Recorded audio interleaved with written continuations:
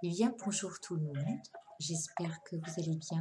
Ici, nous venons présenter les énergies de la pleine lune qui arrive en ce 30 avril.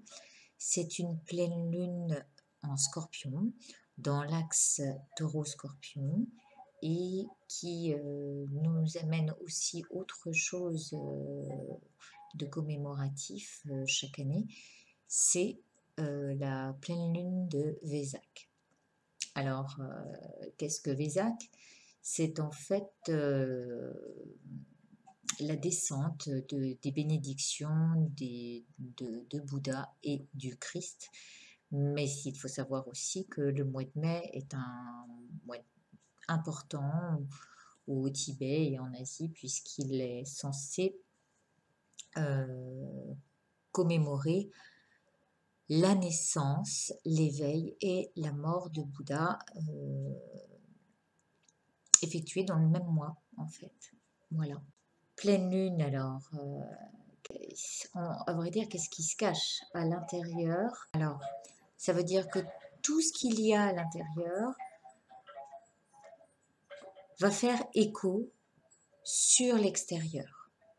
Là, il va falloir consolider tous nos acquis, mais avec l'idée aussi de libérer de nous ce qui bloque ou ce qui ne va pas dans le sens de nos idéaux. Alors, c'est à nous, bien sûr, de provoquer le changement. Si petit soit-il, il peut être simplement en bougeant les barrières de place, de restreindre certains endroits où on avait mis beaucoup de barrières et qui nous mettaient dans une certaine rigidité, hein, où on pouvait se retrouver dur face à certaines situations et qui voilà, mettaient des barrières en prenant trop d'espace. Donc, libérer de l'espace pour privilégier d'autres situations plus avantageuses. Hein, et à ce moment-là, restreindre ce qui nous rigidifiait pour augmenter tous les possibles à l'espace qu'on aura agrémenté pour ça. Voilà, garder des barrières, oui, mais à la limite, les garder pour d'autres plans. Par exemple, les mettre au feu pour réchauffer notre cœur et réchauffer aussi le cœur des relations. On se fixe sur des schémas anciens, hein, qui peuvent être d'ordre éducatif ou qu'on a mémorisé d'une certaine manière et desquels on n'est pas sorti. Mais il est plutôt nécessaire de s'en défaire si on veut soi-même plus de souplesse à notre comportement, mais aussi dans nos vies. Parce que qui dit souplesse pour nous-mêmes va attirer à nous des gens de même vibration. Et Vésac est une lune très très positive. C'est une lune de lumière et d'amour, de sagesse sur les certitudes par exemple, et d'ouverture à l'énergie christique et bouddhique associée. Comme cette carte que l'on vient de présenter, hein, les ailes du jugement, qui pourrait être l'aile christique et l'aile bouddhique associées et qui apporte à la fois stabilité et sécurité. Cette lune en scorpion, parce que le taureau, il a besoin de sécurité et de stabilité. Alors, bien sûr, c'est à nous qu'il revient de faire en sorte que nos projets et nos relations soient durables. Et avec la présence de Vénus comme elle l'est actuellement, c'est ce que notre Vénus souhaite, que nos relations perdurent et deviennent constructives et, et plus humaines peut-être. Évidemment, avec cette lumière qui va pleuvoir sur nous, c'est un vrai nettoyage sur nos vues erronées, où il y a une grande implication de nous-mêmes à vouloir nettoyer notre vision des choses, avoir une vue plus profonde qui en fait nous permettra de transcender toutes les difficultés. Parce qu'en fait, la plupart du temps, nous savons changeants, hein, comme nos souffrances, on appelle ça dans le bouddhisme les souffrances changeantes. On va passer d'une souffrance à une autre et on va se rendre compte que les souffrances ne sont pas les mêmes, mais on reste quand même dans des formes de souffrance qui nous perturbent, qui font partie de nos perturbations mentales. Alors autant respecter cette fluctuation sans lui laisser le dernier mot. On va respecter notre engagement, hein, cet engagement qu'on s'est fixé à nous harmoniser, à, à ce qui nous perturbe et à équilibrer tout ça pour en fait honorer le présent et les présents qui nous sont donnés, reconnaître que tout ce qu'on a de bon plutôt que de montrer du doigt ce qui ne va pas. Voilà, cela encore demande un autre regard sur les choses.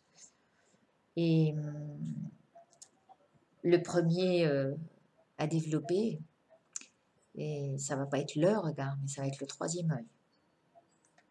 Hein, le scorpion, lui, il a tendance à voir un peu noir, hein, et il n'en est pas moins très sensible. Alors cette sensibilité, et il faut la laisser nous pénétrer pour profiter de, comment dire, la rebooster, permettre à ce qui est sensible d'être reboosté et matérialisé dans la matière en forme d'amour. Alors d'amour pour soi, d'amour pour l'autre, dans le respect des choix que l'on a mis en place et qui sont établis pour nous. Le but, c'est de ne pas changer constamment d'avis et de faire confiance aux choix que l'on a faits. Parce que c'est comme un nouveau souffle de vie qui nous dit accepte tes peurs, célèbre Vésac avec la lumière christique et bouddhique qui amène leur bénédiction et évite de donner du fil à retordre à tes émotions par-dessus. Voilà. Tout ça dans le but de réexaminer profondément ce que l'on peut changer par l'inspiration et ce qu'on crée en notre esprit, hein, par le pouvoir de notre esprit lumineux, avec l'alliance de ce qui se passe en ce moment, eh bien, ça devrait nous porter à un cœur plus ouvert et, et peut-être justement moins jugeant et moins strict qu'on a pu l'être auparavant en mettant des barrières un peu trop, avoir un comportement un peu trop drastique. Ça peut être l'occasion d'ailleurs de s'ouvrir à une autre dimension parce que c'est là où on va pouvoir accueillir le nouveau, le printemps, hein, cette nouvelle floraison en reliance à l'amour universel, en reliance aux maîtres de lumière, aux maîtres ascensionnés qui seront présents dans cette pleine lune rose. Donc rose, si vous voyez un quartz rose, c'est une marque encore d'amour. Et je pense que cette énergie va vraiment bénir nos choix d'amour. Alors chacun est libre de suivre la méditation universelle ou de se brancher à un moment dans la journée avec la nature, d'aller se faire une méditation en se connectant à tous ceux qui seront dans cette énergie-là et laisser à ce moment-là s'exprimer notre véritable nature authentique, pourvue des 6 perfections. Dans le bouddhisme, on parle de vertu aussi. Et alors là, on nous demande d'être dans le don, dans, dans toutes les vertus associées, dans la patience, dans l'effort, de faire attention à de porter attention à ce qu'on fait. Donc ça veut dire être dans la contemplation de tout ce que l'on fait, hein, conscient de ce que l'on fait, et aussi la sagesse étant présente dans nos pensées, nos actes et nos paroles. Il y a aussi ces 8 étapes vers le bonheur dont j'ai parlé dans une de mes vidéos et qui doit faire aussi partie de ces disciplines, être dans la rectitude d'une vision correcte, hein, d'une pensée correcte, d'une parole correcte, de nos actions correctes, d'un mode de vie correct et des efforts à fournir par rapport à tout ce que je viens de dénoncer. Et la méditation qui est ce rappel à la contemplation, à contempler comment on fonctionne pour justement faire pleuvoir sur nous ces énergies de lumière.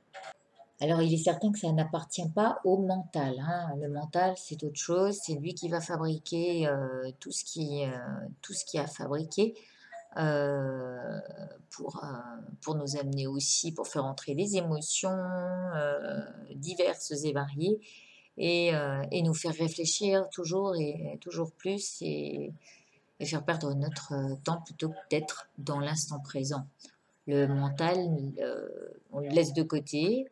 Il faut vivre notre présence et se connecter à notre soleil central. Pourquoi faire au final? Eh ben, c'est dans le but de créer la beauté, hein. C'est à ça qu'on est amené.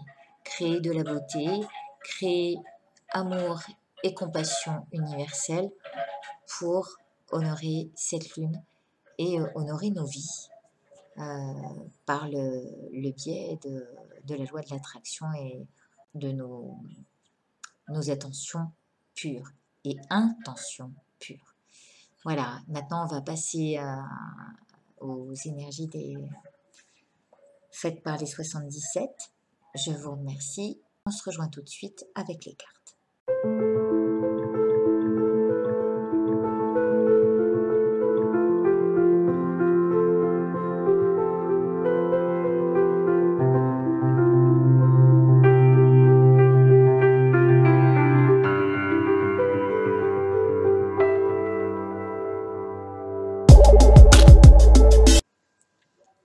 Alors, nous voici sur la première image du sujet qui est le point d'exclamation. Ce point d'exclamation, je le vois comme une nouvelle route. Il y a, elle est partagée, hein. On a d'un côté ceux de gauche, d'un côté ceux de droite, et puis il y a la voie du milieu, la voie centrale, qui elle nous mène vraiment sur une voie royale, une voie large et une voie de lumière. On dit, c'est marrant parce que je la vois comme me disant, elle arrive à point nommé, juste au moment où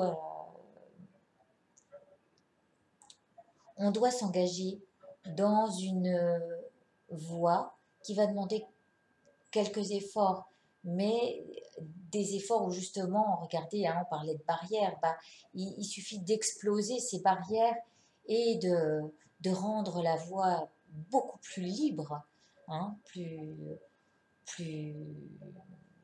elle danse cette voie, elle est pas tortueuse, elle est offerte.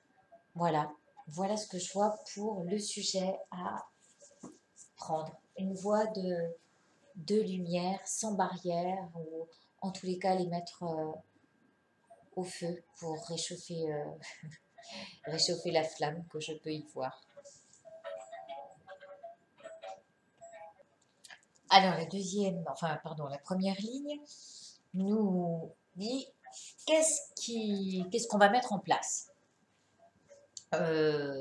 Première carte, eh bien ça va, d'abord ça nous montre bien qu'on est dans une phase printanière, que ce qu'on va mettre dans notre pot de culture, les petites graines qu'on va planter, c'est à nous de choisir, hein, ce qu'on va bien vouloir mettre dans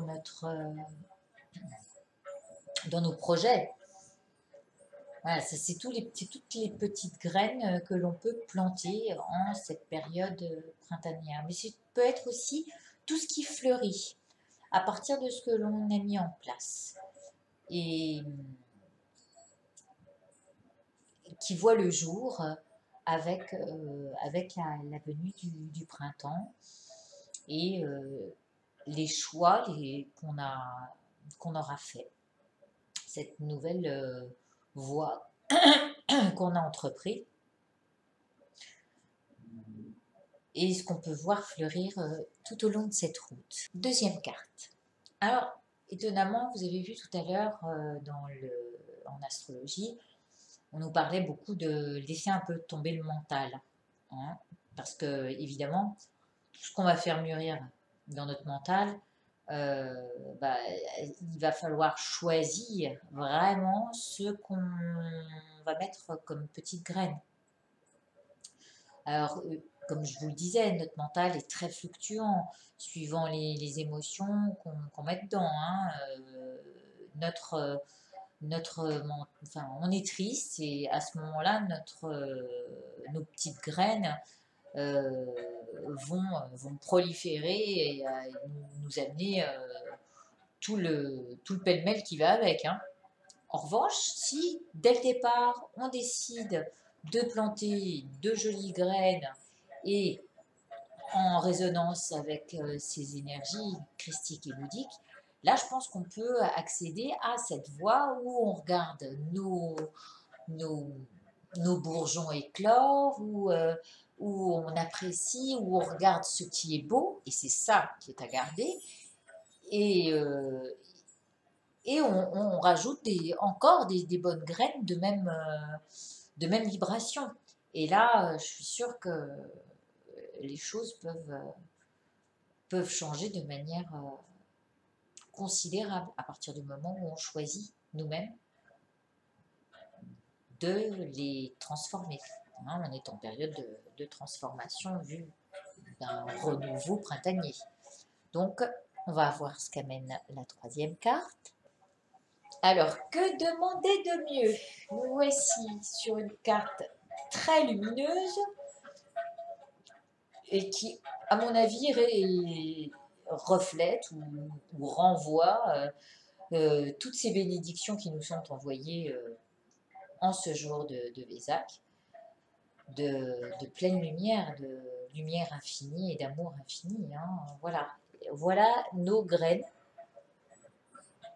et celles que nous devons nourrir, arroser en notre esprit pour que notre esprit soit lumineux et pour qu'il soit, comment dire, euh, chaleureux, qu'on ait je ne sais pas si ça vous parle, mais avoir un regard chaleureux, c'est avoir un regard sur les choses doux qui va dorer à point les, ce qu'on a envie d'en faire. Hein. Voilà, moi je vois ça plutôt de manière très très positive avec un soleil qui vient à partir de nous, hein, qu'on peut créer par le mental pour le coup, et qui s'installe en notre cœur-esprit. Hein. Chez les bouddhistes, on parle du cœur-esprit parce que l'esprit n'est pas dans le mental, mais il est bien dans le cœur. Et c'est à nous de le faire rayonner de la sorte. Donc, eh ben, allons-y, hein, arrosons donc le mental de lumière afin de faire changer et éclore tout plein de petits bourgeons d'amour et de lumière.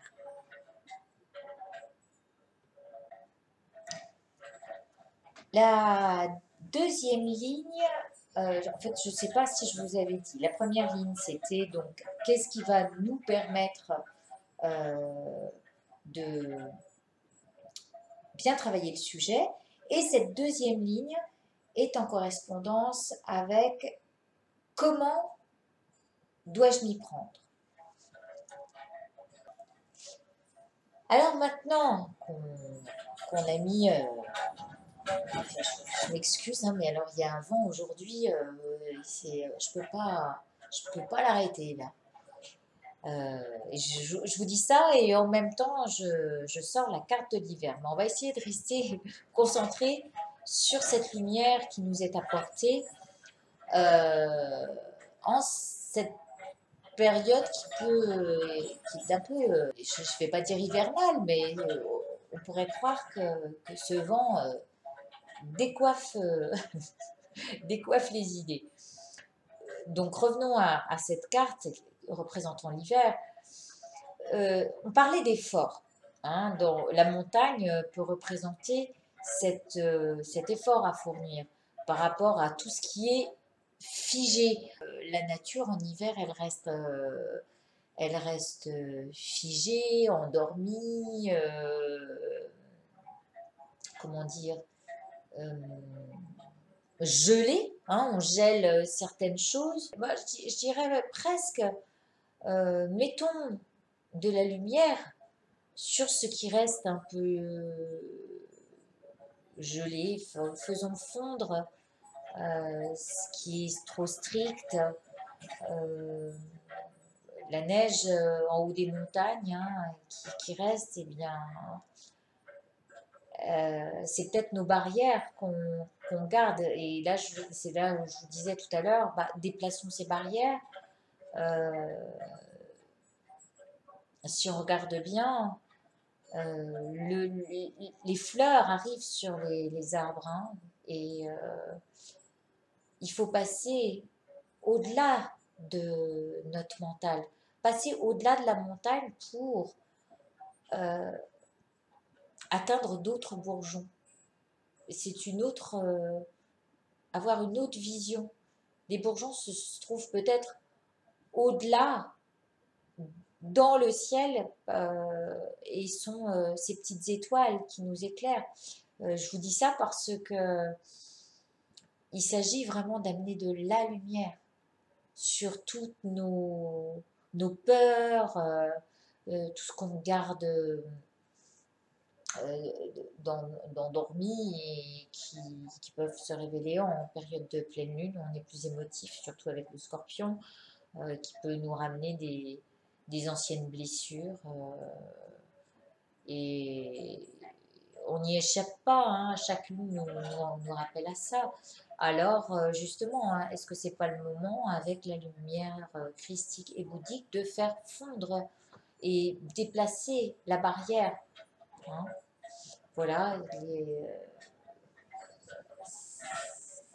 je pense que il faut voir ça comme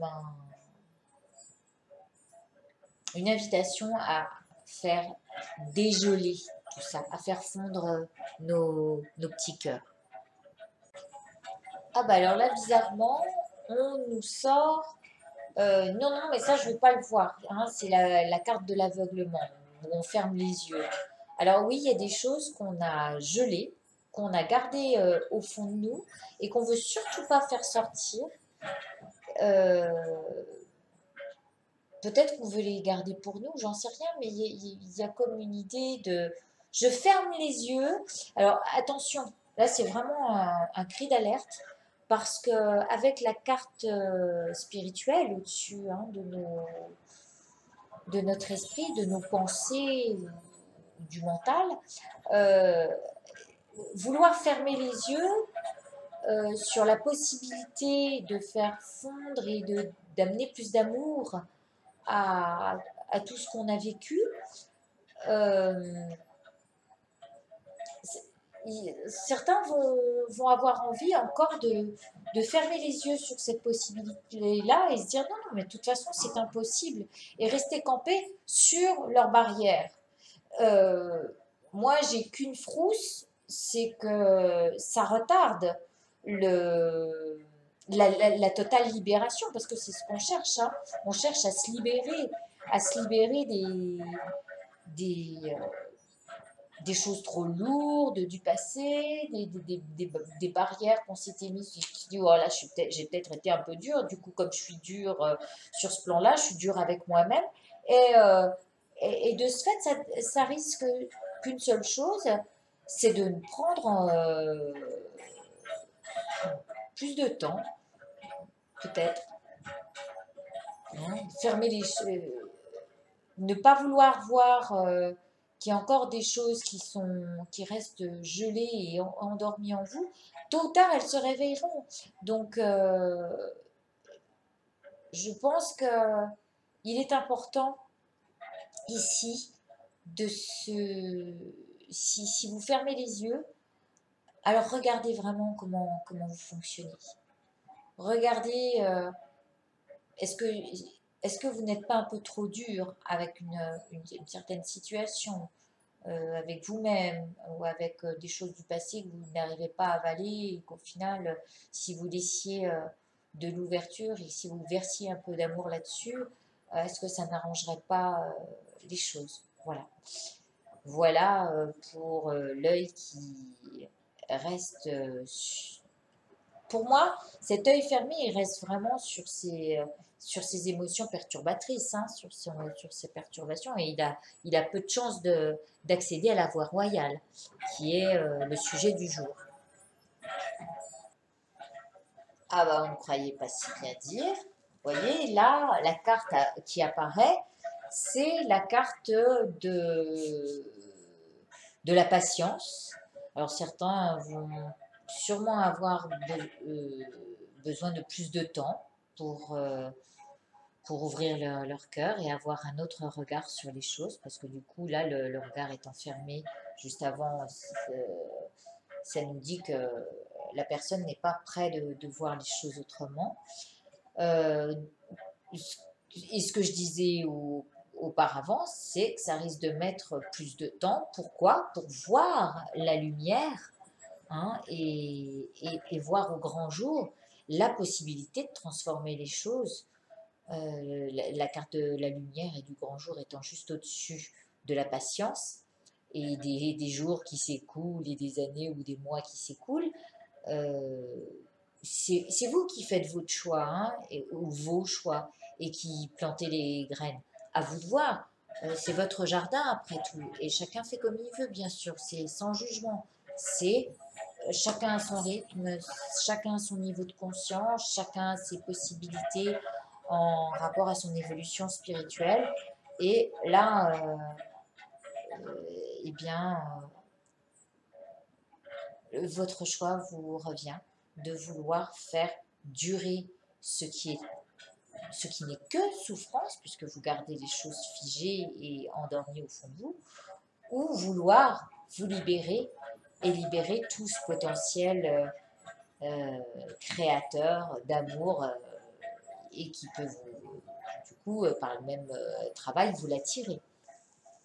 Alors, on attaque ici la troisième ligne. La troisième ligne qui est l'élan à se donner. Alors, ça peut vouloir dire plusieurs choses. Ça peut vouloir dire qu'on reste encore dans cette énergie euh, de solitude dans laquelle l'hiver nous a installés. Euh, D'isolement, on a eu envie de s'isoler pour faire le point hein. C'est comme si ça venait me dire, bon bah là, ça y est, comme un bilan, voilà. J'ai fait le point, je me suis recentrée, j'ai vu ce qu'il me fallait, ce qu'il me fallait pas. Vous voyez, c'est comme si autour de ce cercle, enfin de ce centre, il y avait d'un côté, euh, voilà, ce qui est précisé dans la carte de, du point d'exclamation, de l'imprévu, c'est-à-dire on laisse à gauche certaines choses et on laisse à droite d'autres choses. Et puis on fait avec les énergies du moment.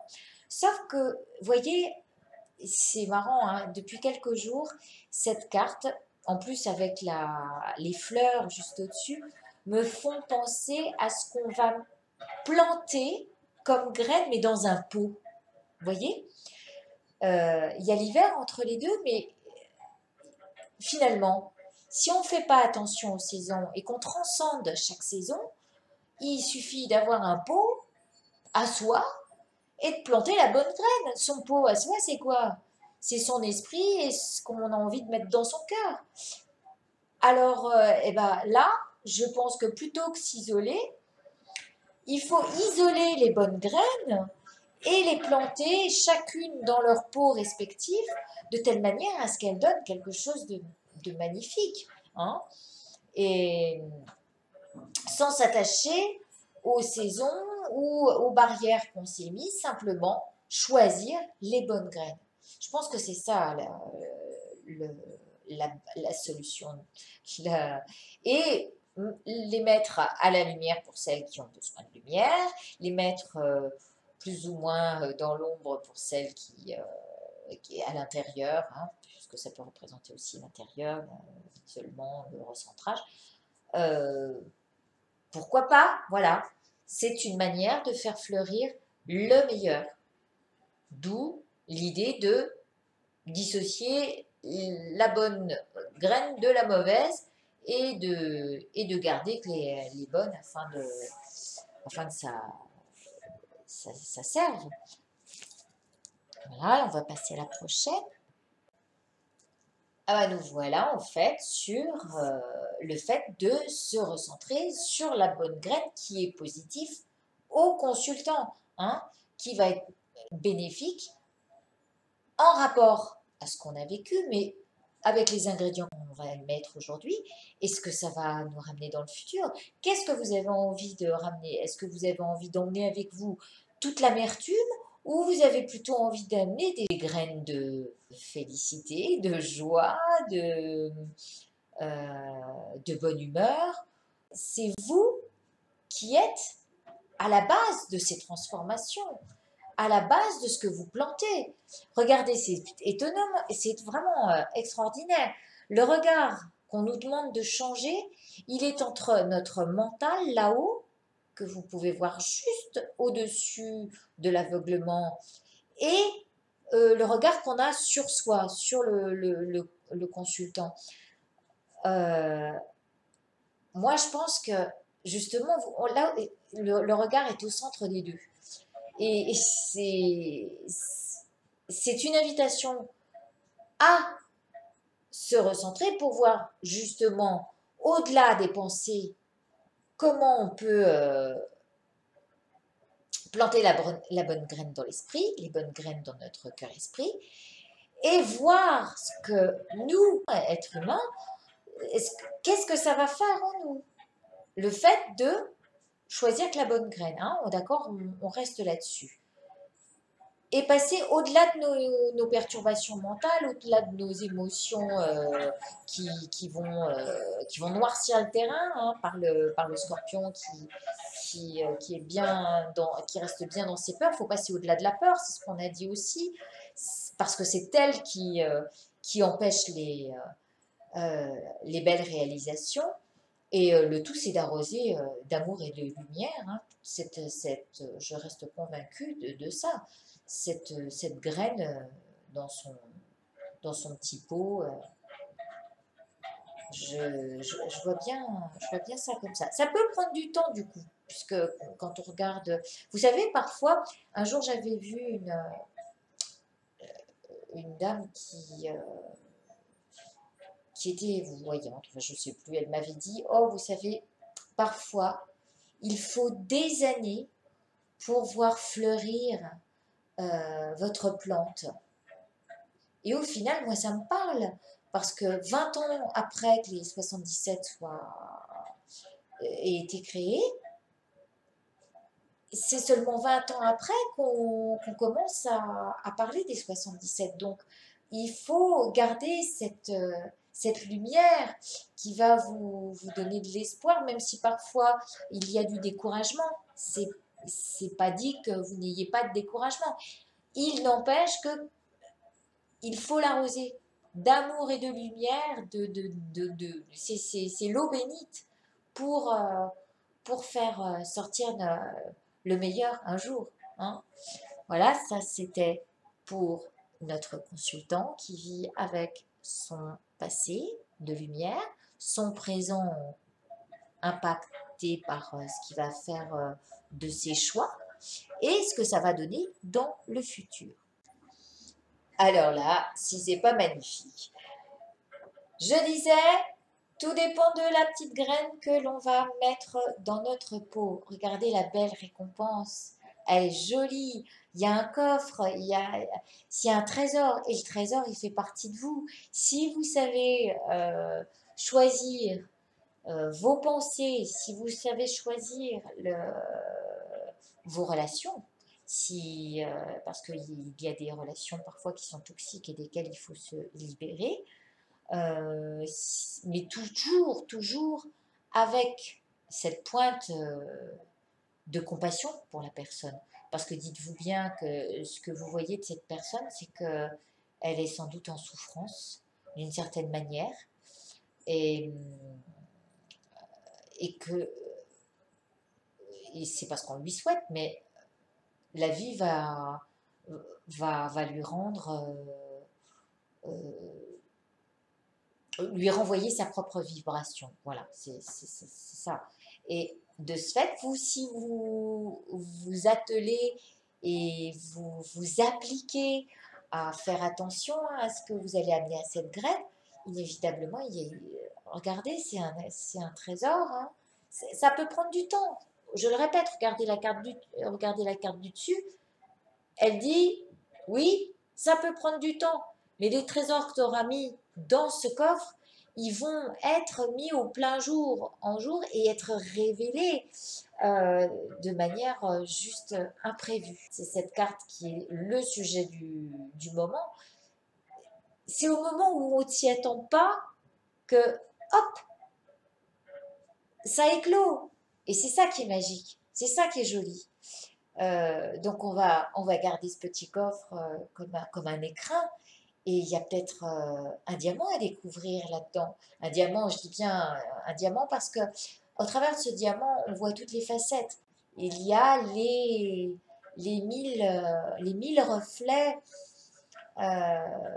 de toutes les vues les plus claires comme les plus erronées. Et lorsqu'on a fait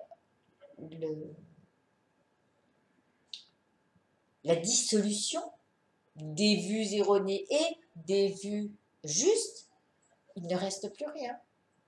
Et donc, on est dans la totale vacuité et l'abandon à ce qui se produit, c'est-à-dire au moment présent, être dans la présence à soi et de ce qu'on reçoit. C'est magnifique. Je vais vous amener la dernière carte. Bon, alors maintenant qu'on a eu droit à un joli cadeau, en voilà un deuxième qui nous parle d'élévation, à mon avis, et qui va nous amener tout droit à la voie royale parce que, regardez, cette carte tombe en dessous du consultant, donc c'est une montée explosive pour moi qui va faire changer des mentalités, qui amène les efforts à fournir dans notre discipline, qui sont pour moi ces deux ailes du jugement avec la lumière christique et la lumière bouddhique rassemblées sur un même sommet, sur une même perspective, pour une même perspective, et qui nous amène à l'union des... moi, je trouve ça beau, hein, vraiment, si on travaille dessus, on peut, on peut unir de belles forces. Je vais vous souhaiter de bien travailler cette union, de bien travailler vos ailes. Ces ailes dont je vous parlais du jugement, elles sont là pour être déployées, hein, à partir des petites graines, donc on aura mis dans notre cœur-esprit. Ce cœur-esprit, il a un écrin. À nous de vouloir le faire briller et l'utiliser en pierre de protection, par exemple. Bah, écoutez, on va cheminer ensemble, hein, et dans ce sens-là, je vous souhaite une très belle lune Vésac, et dites-vous que ces énergies vont perdurer pendant encore 15 jours. Alors, allez-y, plantez vos plus belles graines, et je vous souhaite le meilleur. Je vous embrasse fort.